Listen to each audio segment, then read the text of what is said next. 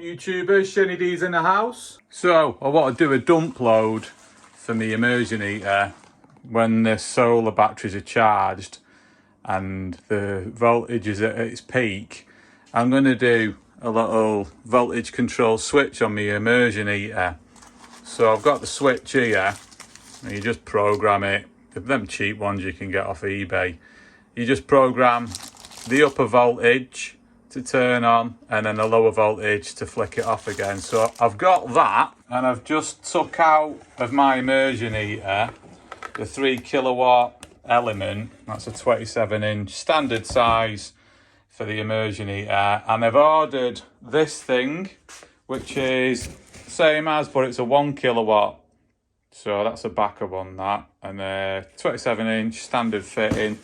There it is there. So I'm going to chuck that in, and then it'll only use a small load off my inverter, whereas that one, when I turn it on, it's taking like 60% of my 5 kilowatt load. So I'll chuck that in. Chuck this in then. Already took the old one out.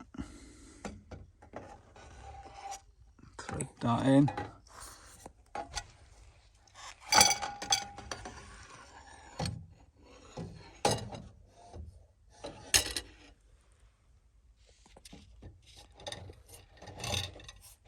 Screw it in and tighten it up. Yeah, that's that little controller. Like I say, you can get them on eBay, dead cheap, Chinese jobby. That's the circuit diagram for the wiring there. So basically, this part of it is just a switch. So you got normally closed and a normally open. Yeah, so that'll be wired to your immersion heater. Just put it through the live, you know, like your normal switch. Then you've got, obviously, I'm going to have my 48 volts coming from my batteries. So the ground will go to that. And then the power will go to that just to power this unit. And then you just jump that over to the volts. And then that'll detect what volt it is. And then you go through the menu system to set it there. You just scroll through it. Like on the first setting, you got your top voltage. Press it again. You got your cut-off voltage, your lower voltage. And there's a few other settings. But inside, yeah, you just got like a relay. Once I've got my 1 kilowatt immersion element on it, this relay will cover it, no problem. So you just wire that to these. And then, like I say, they're the ones to the 48 volts there. So it's quite a simple little unit. I mean, this was only like 12 quid delivered. And if you want the instruction manual, if it'll focus, there it is there. So just get that QR code. It gives you all the instructions. So like I say, to connect this up, what I'm going to do, I'm going to get the 48 volts out of my inverter. I'm going to put 2 wires connected to this, but I'm going to put a fuse on the positive. So I'm going to thread that through it, and then that'll come into this controller. So I'll have, because there are 2 top connections there, you've got your power and your volts. So like I said, I'll jump them two to each other, and then I'm going to put a little switch in the casing or somewhere else here to switch them to positive, so I can knock this unit off. And then obviously the negative from the 48 volts to the middle one, and then you've got the normally open and the common, which I'll use, which are these 2, and they'll just switch the immersion heater positive like the switch does, which is just behind the switch there. So I've got all positive, well, live, neutral and earth there. So I'm going to do that. But I also thought, oh, I might as well put a socket in as well. You know, so when I'm using the excess for me, when everything's charged and I'm using it for my immersion heater, if my hot water's already hot, I'm going to put a socket at the bottom here so I can use it to charge stuff, or just, you know, an auxiliary for when all the solar's charged and everything, and I've still got sun, I can use it for something else. So that's the plan. So I've got all that in now, and this wire is just going in to my inverter, and I've just put like a little inline fuse there to the positive, just there, and that goes to the positive, and then you've got the other one going to the negative. So that's the 48 volts there. So I've got this just powered down at the minute. I'll put the solar back on and then turn it on It's on the grid at the minute, and it'll switch over on my contactor in the middle there when I power this up, and it just boots up. There we go. So turn my battery on.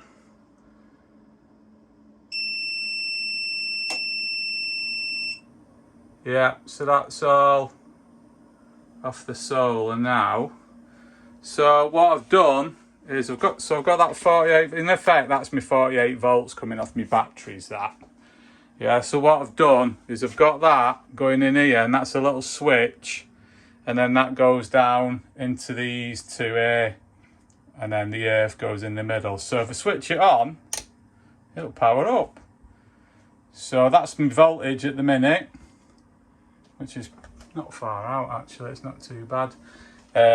So I've just got to set the voltage on this to when this comes on. So I'll put the lid back on that and then set that up. So just how to set it up: when you press the set button once, that's to set your voltage that it's coming on, so you can scroll through each digit on that, and then you go to the second setting, which is the voltage which you want it turning off on, and the next setting is, it's like a voltage difference. Say if you've got a difference between the voltage read here and on where it's being read from, you can adjust it up and down here. There's a tolerance you can set, so you can just ignore that one. And then the next setting, that's for your display. If you want it to turn off the display after a few seconds, you can set it on there, but I want it to stay on anyway, so you can skip that one. And then this one's just for the relay, whether you want it switching high or low. So you can alternate how it switches the relay, but we keep it on high for this. And then that's it. That's all your settings. Too dark to try it at the minute. Might get a bit of sun shortly. So we're pretty much fully charged at the minute. So what I'm going to do, I'm just going to change these settings. I'll do it so it comes on at 53 volts. So keep it at that. Put that at 0. 53 dead for coming on. And then turning off, I'll do 52.9.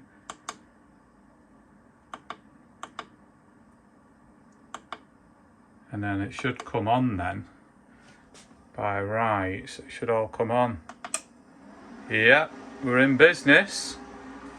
So that's come on, the relay's turned the immersion heater on, and we're drawing, yeah, it's right that, about 23% for the 1 kilowatt. Happy days, mate. So that's just because the sun's come out. So I think that's a good setting to keep it at, actually, because we're not drawing hardly anything off my batteries. They're just on tick over. And if I go into this, yeah, it's hardly anything off the batteries. It's taking it all off the solar. So yeah, that's working all right.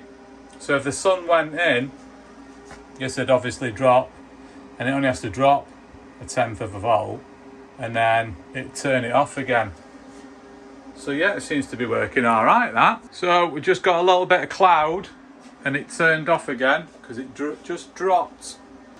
So sun's come out and it's just flicked on, so that's good. It's all charging, it's all going up. Happy days. So I've had a little mess with it, and I found for summertime the best setting is for it to come on at 53 volts and then turn off again when it goes down to 52.9, and that's pretty much when it's under load. So when there's not much sun, it'll flick off and then come back on again when it's recovered. And then in winter, I'm going to try it a bit higher, because I only want it to come on when it's charging, you know, because they don't get that much sun in winter. So I'm going to try it coming on at 54 and then going off at 53.8. So it'll only come on in the charging cycle then, because like I say, I don't have much sun. But other than that, it's been working a treat. Well chuffed with that. So I can put it on and not worry about it flattening the battery now. Another thing I've noticed as well is quite a large voltage difference between the batteries and the inverter when they're fully charged. So what I might do is I might take the 48-volt feed from actually inside the batteries, but straight to the batteries rather than through the BMS, because what happens is, obviously when it doesn't need the battery, the inverter or the BMS will reduce the output to the main positive and negative from the battery. So because of that, you get a large voltage difference sometimes. So to be more accurate for the switch, I might do that little mod on a later date, but we'll see how it goes first. So it's on at the minute, and there's not much sun outside, but it is charging, it's fluctuating. It's only just charging. So if I turn my kettle on, which is 3 kilowatt, so it does work. Look at the drain on my batteries for my kettle. But yeah, that's off. So by rights, when this goes off, that should come back on. So that's going to go off. There we go, and that comes back on. So I'm well chuffed with that. And even though there's not much light whatsoever, not really any sun, still enough for that 1 kilowatt element, and to charge it a little bit as well. Like I say, it's got in 4 amps on each battery, near enough going in, and the 1 kilowatt as well, like it's on 25% load. If we go to the ampage, it's still putting 10 amps into the battery. So yeah, well chuffed with that. So yeah, happy days, mate. So thanks for watching. Catch you on the next one.